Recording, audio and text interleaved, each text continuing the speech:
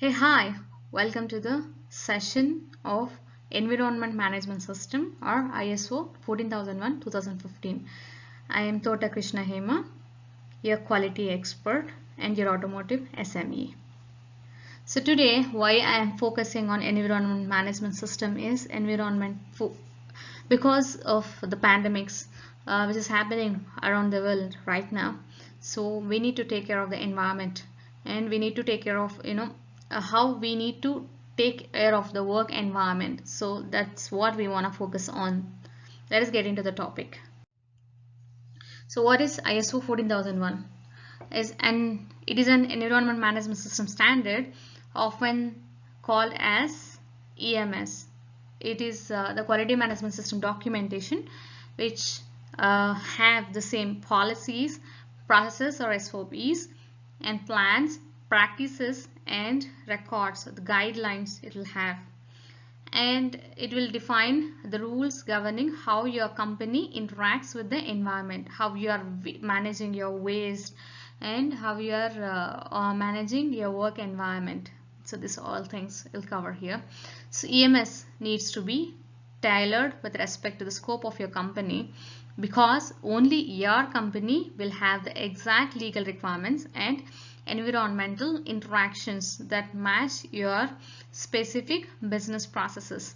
However, the ISO 14001 requirements provides a framework and guidelines for creating your environment management system so that you don't miss important elements needed for the EMS to be successful.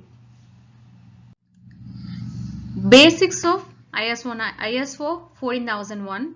ISO 14001 has become the international standard for designing and implementation of an EMS or environment management system.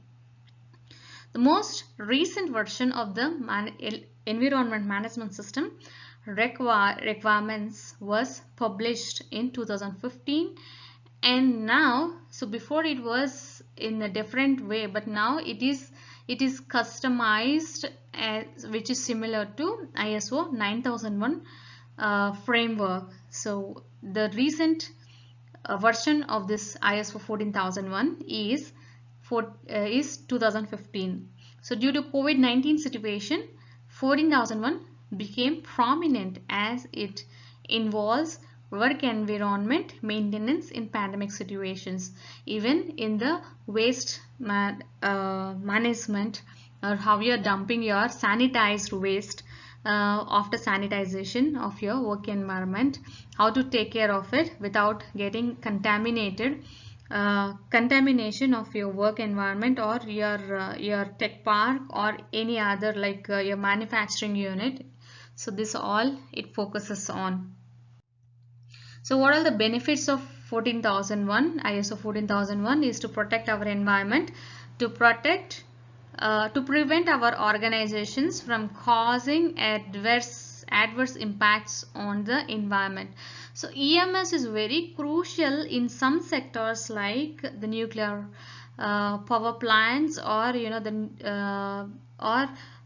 the waste management, or the plastic industry or the chemical industries. So we have to manage the decomposition of those chemical waste or the medical waste in our environment, in the earth surface only. So how to do it, how to make this all, like it will have a specific set of description or the standards. It will have do how to save the environment, or how to prevent the organization from causing adverse impacts on the environment, to bring recognition among those businesses that care environment. So if you implement ISO 14001, then you will get an eco-friendly certification as well. So if your vehicle, see, being an automotive expert, so if your vehicle is less emission, then you can say it is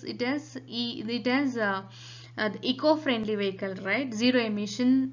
So this is have, like, you can certify your organization, you can get a recognition of you are caring the environment. So to bring better relationships with customers, public and your community. It helps us to save money by conserving energy, water and other input materials. So if you see the waste management unit or the water recycling plant inside your tech park or your organization, so this is all an initiative from this ISO 14001 implementation. So as we discuss every time, the 7 quality management principles, based on these principles, this entire EMS is built up. So the first one is customer focus, evidence-based decision making, leadership, engagement of people, improvement, risk management, process approach and relationship management. Based on all these 7 principles, your entire EMS or the environment management system will be built on. It is very similar to any other quality management system like ISO 9001 or ISO 45001 or IATF 6949 2016. So what are the focus areas here? So it is built completely on 3 different approaches. It is PDCA approach, is plan, do, check, act approach. So it is demonstrated. You can see all the 10 clauses is distributed, and this from 4th to 10th, these are the main clauses which are distributed in PDCA cycle like this. And the second one is risk-based thinking. Risk is an effect of uncertainty. Third one is process approach. This process is a set of interrelated activities which transforms input to output. So we have a set of SOPs, or standard operating procedures, or the processes which we have defined how to manage the environment of your organization. So this is how it is. So based on these 3 approaches, your entire EMS is built on. So what is the structure? As we said, like from 4 to 10, we have the main clauses. So like ISO 9001, we have in 14,000 as well. So we have these all standards. So context of the organization, this clause speaks about setting context of the organization, the requirements for understanding your organization in order to implement an EMS. It includes the requirements and identifying internal and external issues, identifying interested parties and their expectations, defining the scope of the EMS, and identifying the processes required for the EMS. So if the interested party wanted, like if your customer wanted to build an eco-friendly environment when the people are working inside the organization, that's when the customer will make an input, like you have to plant, or you have to keep these many indoor plants inside your work environment so that the oxygen levels will get maintained properly, and even the people who are working inside the organization will feel relief, or your you will have an artificial or oxygen supply pipe, or this kind of work environment we will create this. Then 5 is leadership. So we should have a commitment from the top management to implement the EMS.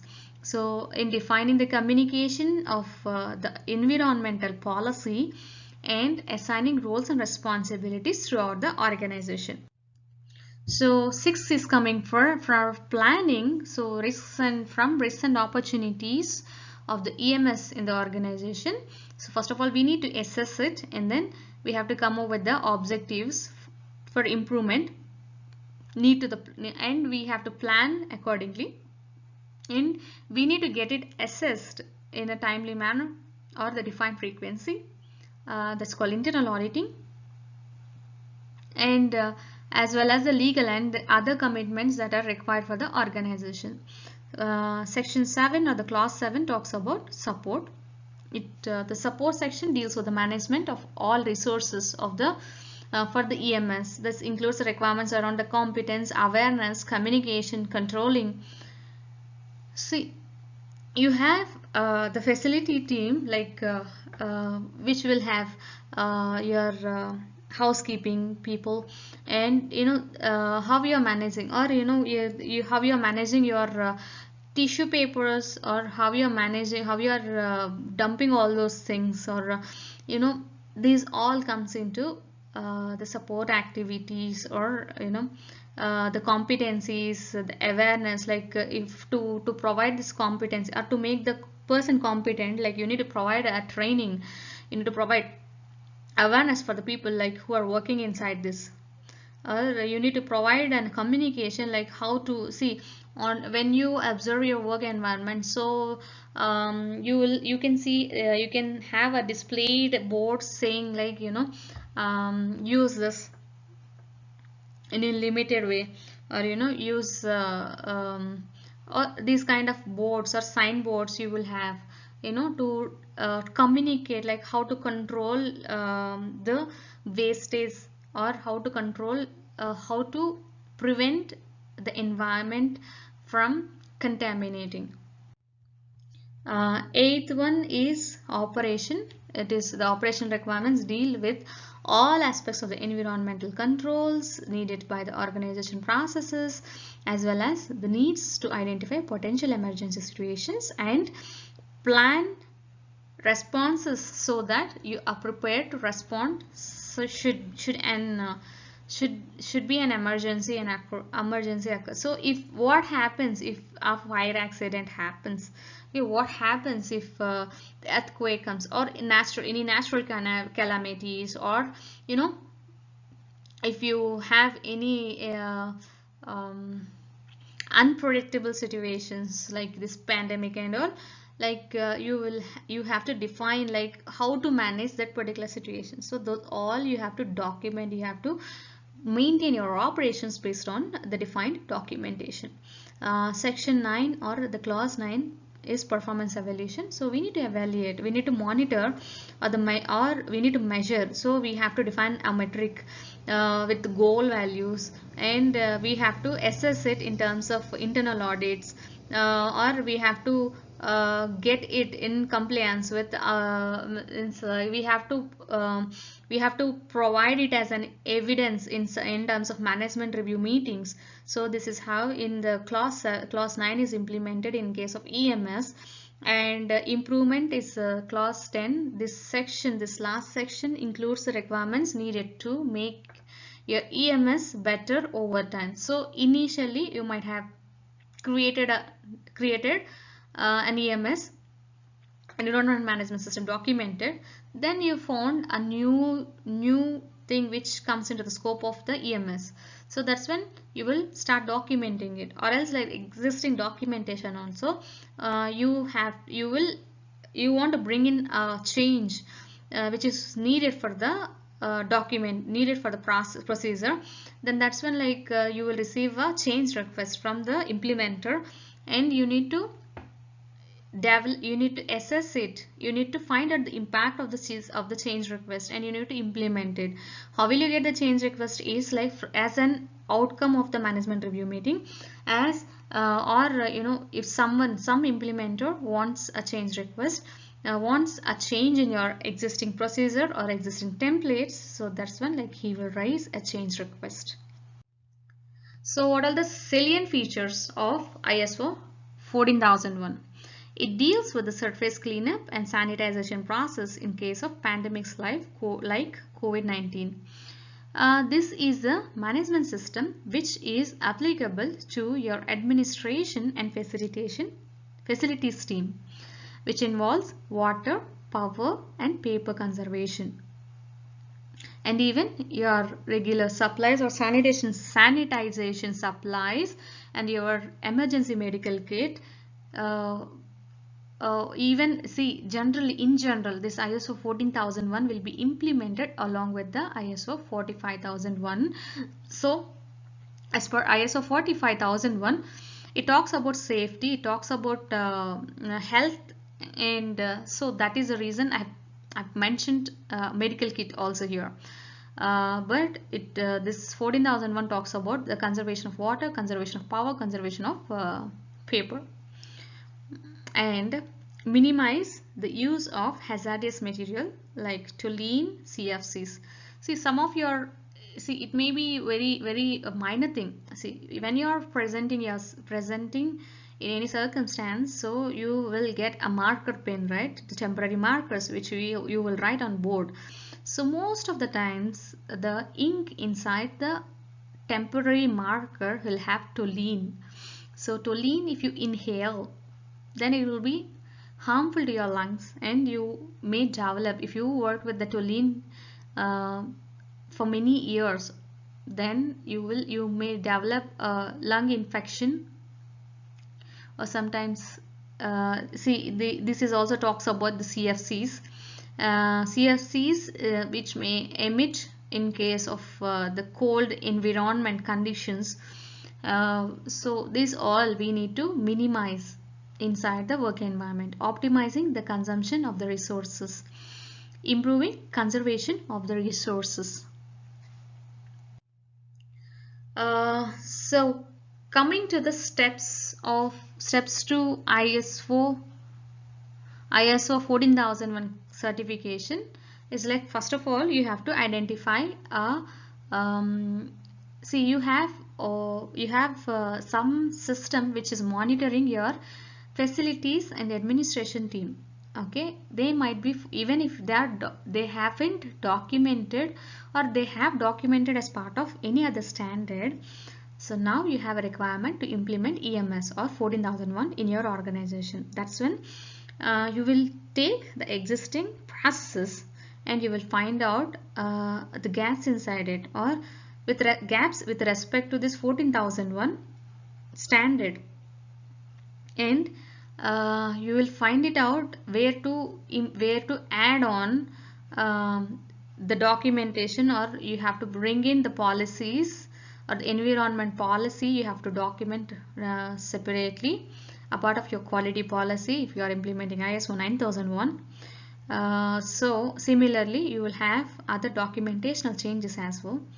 Once you have implemented it, you have to conduct internal audits, and you have to give the inputs, you give the inputs to your management in management review meeting on the performance of this or on the performance or the implementation of the EMS inside your organization. So once you get enough confidence, or a certain number of internal audits if we conduct, so then we will get to know the delta, or see, we will improve our processes, the range of, or the frequency of the change request, process change request is more in the first year, in the initial year, and then slowly the process will get freeze, means the process will get perfect day by day. Even the frequency it'll lessen after some time, but you will keep on receiving the change requests inside your EMS which is defined. And then once you get enough confidence on implementation part, you will go ahead with a with an third-party certification body. Then the third-party certification body will assess the documentation, implementation. So generally the audit, when you are going for the first time certification, the audit will happen in 2 stages, stage 1 and stage 2. In stage 1, the auditor will come and he will assess your documentation. Is it meeting the requirements of the standard? He will evaluate and he will let you know the results. He will identify the gaps and he will suggest, or he will write some NCs or findings on your existing system or the existing environment management system. Okay, and then you will correct the documentation. In stage 2 audit, you will find, you will get assessed for your implementation part.